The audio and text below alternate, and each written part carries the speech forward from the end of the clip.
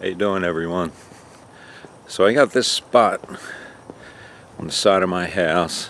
Basically have used it as what we call a dog pen, and that way in the morning when it's early we open the door, let the dogs out, and they can go take care of their business without going out into the yard and not seeing where they do their business and being able to hose it down so that they don't kill the grass. So this particular area on the side, it's fenced off from the main yard, and it's just an area for the dogs to grow or to go. So I've always kept it without grass. When we first moved in here, I had grass there. I couldn't keep it growing, so I took the grass out and I put down landscaping fabric, and then I put down mulch, and I would keep mulch in this area. The problem I have with the mulch is during a heavy rain, the mulch washes down, and it washes down into the yard and it becomes a mess. So there's hardly any mulch there now, so I either mulch it or try and plant grass there again. So I decided I'm going to try and plant grass and see how that works out. So let me show you the area that I'm talking about, and I'll get started with this little project. So here it is here, and you can see it's shade right now, which has been the problem with trying to grow grass in this area, plus the dogs. So it's a mess right now. I need to do something with it. So I'm going to clear all this out, clean it up, get rid of all this landscape fabric. I'm going to till it a little bit, rake it out, and put some grass seed down, and we'll see what happens. So my thought is that if I do the grass seed, I'll just keep extra seed around, and you know, as the dogs kill it, just keep throwing seed on it. I just think it would be much better than having mulch out here and then having it get washed away during a heavy rain. So what happens when it rains, the water just runs down the side here. And let me turn around here. So it runs down the walkway, and then it ends up in the center of the walkway in a big pile. It ends up on the lawn, and it's just really frustrating. So let's get started with this little project, and we'll see how it works out.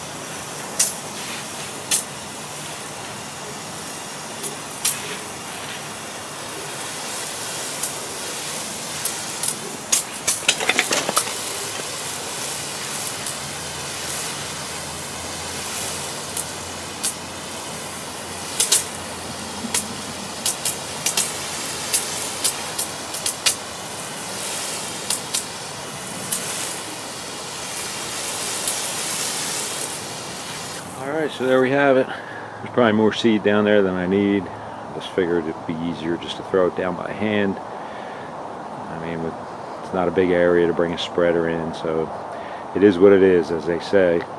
So the seed I used is just grass seed I got from Home Depot. It's Scott's. The first seed that I threw down was Kentucky bluegrass, and the second seed I threw down is perennial ryegrass.